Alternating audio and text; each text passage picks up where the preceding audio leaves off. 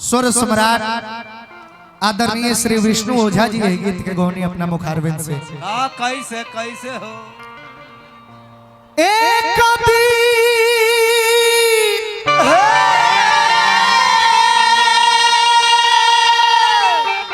नदी के तीरे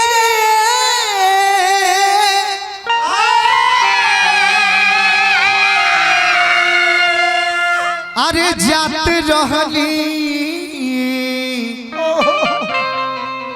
धीरे रे धीरे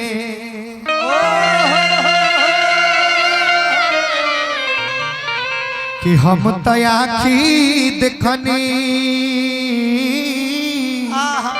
का देखनी का कि हम तयाखी देखनी सुंदर शरीरिया यज्ञा में जार लायरा जय हो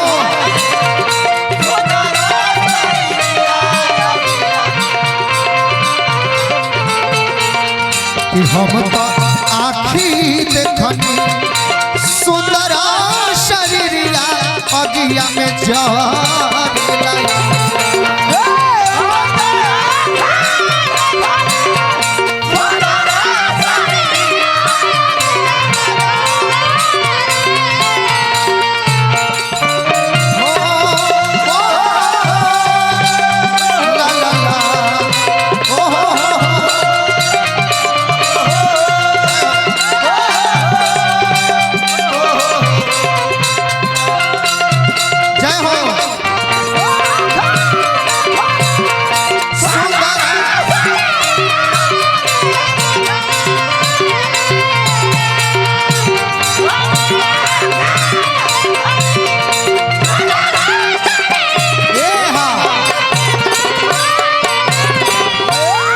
₹500 पुरस्कार सबलपुर से रेणु चुन्नी जी के ओर से मिलल है।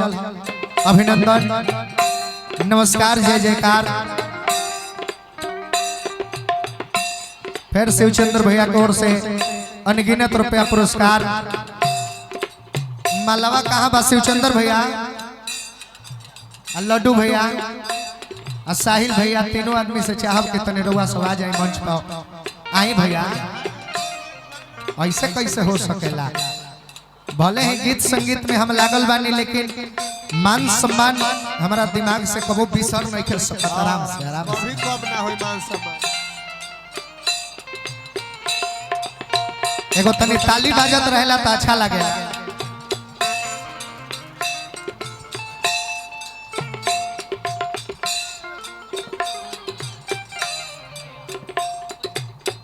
भगवान की कृपा हमेशा बन रहे, हमनी के मित्रता यूं ही कायम रहे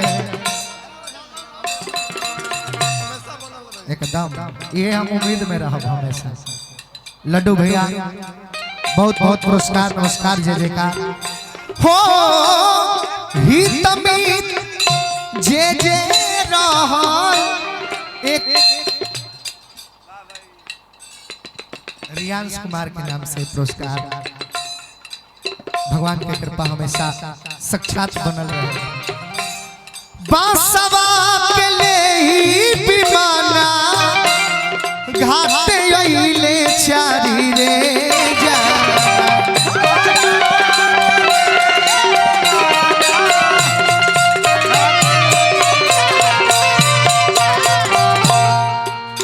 तो मुहावा में अगिया,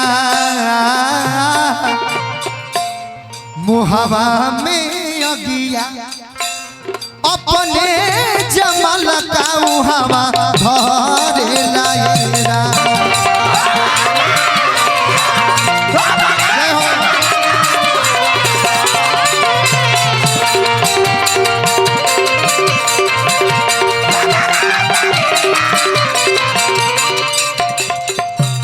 मनन राय मुखिया जी के मान सम्मान में अनगिनत रुपया पुरस्कार।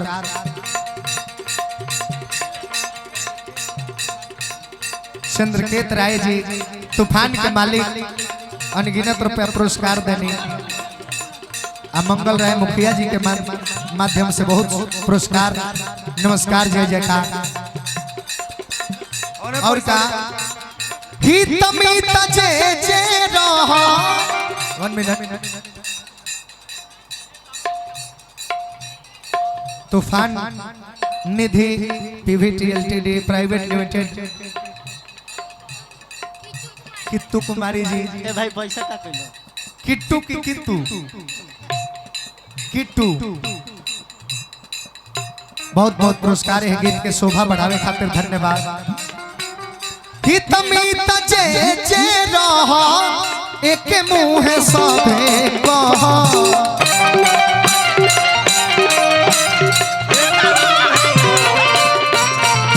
हित मित जे रहा एक मुंह सभे कहा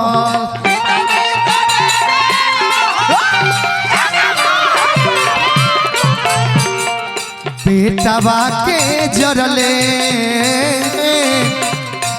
बेटवा के जरले बाबूजी के न स्वर तनवा तोरे लाए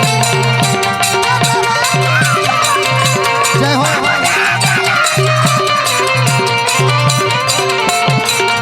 हम तो आँखी देखनी सुंदर शरीर आया दिया में जरे लाए